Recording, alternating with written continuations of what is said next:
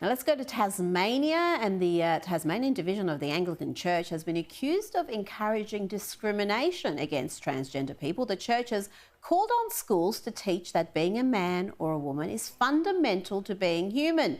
Tina, I would have thought that was just a statement of fact, a statement that nobody could argue with, but apparently it's bigotry in 2023.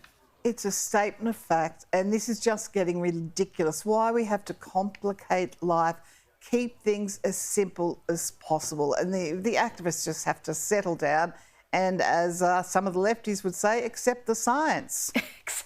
Well, yeah, they're all about the science, except when they're not. When it comes to biology, they ignore that. Oliver, the activists in this arena have always got something to complain about, but it's funny how they only really target Christians and Christian schools in this case. I mean, do they imagine the average Islamic school is promoting non-binary lifestyles?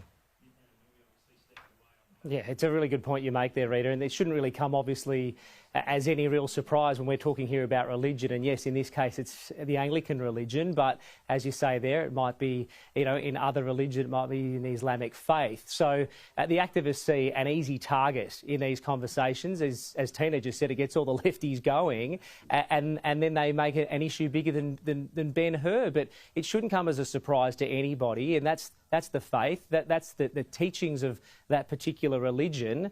I don't think there's too much to see here, and they should probably just, direct their outrage somewhere else. Well, I don't even think it's the religious teachings. I think it's just, biological facts that everyone should be taught. But Tina, to take a contrary view here, do the Christians open themselves up to this sort of bullying? Because too often they give in to it. My son goes to a Christian school, and I can tell you the number of times they have rainbow flags flying and LGBTQIA events, and it seems to be very much prevalent and part of the curriculum nowadays, whilst I don't think you would see that at an Islamic school, for example. No, look, they do give in, and it's a shame. I think in any religion or in life, in work or anything, be strong on your principles, your convictions, and stick by them. Yeah, so it saddens me that some of these schools do give in, but Rita, the reality is sometimes they're scared for their students. I mean, the attacks are so vile, but it's about time we start pushing back on all this. As you said, there's never any protests regarding or excuses regarding the Islamic religion and those schools. So yeah, it's purely based on the Christian schools, and we do have to push back.